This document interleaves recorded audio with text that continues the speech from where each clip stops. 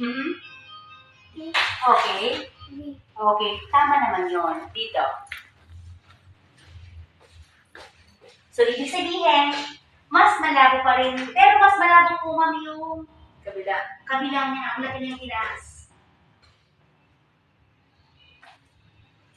Ako, Diyos ko po. Ito po.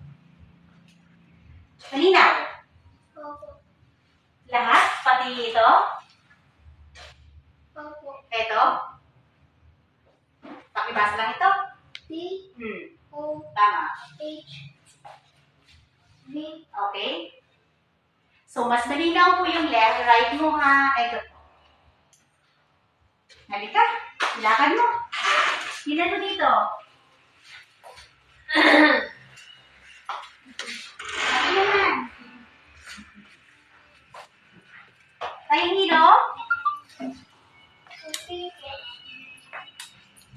Konti. I-adjust po natin. Bawasan natin bahagya. Sa baba, sa sahig, tumingin ka. Ako, lagyan ka na ng ano, lagyan ng mata ng kalabaw yan mo. Kailangan lang. Yes po. Magkanda lang po ha. Pero sa taas kasi ng grado niya po, ay kailangan natin. So, hindi na po ito pwede, ma'am. Yes po. Layo. Okay naman. Kita mo na lahat? Mag-a-adjust ka lang ng bahagya kasi pag mas na binabaan ko lang gusto, lalabo ang tingin. Okay na yan? 25 lang. One step higher lang, ma'am, ang kanan niya, ang kaliwa niya napakalaki. Ginawa kong 200 na lang kung ang 225 ko na.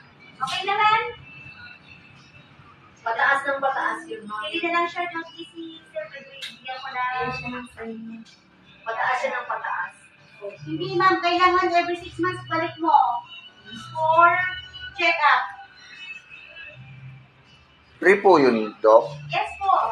Promise ha, nakarecord kaya ito. Yes po. Pili kayo ng frame na. Pili ka na. Pili mo doon.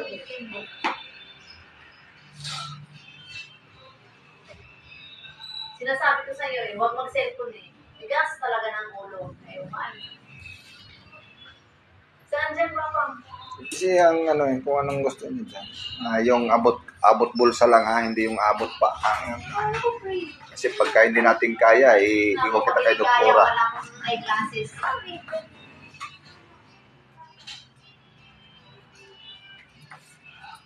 Tingin.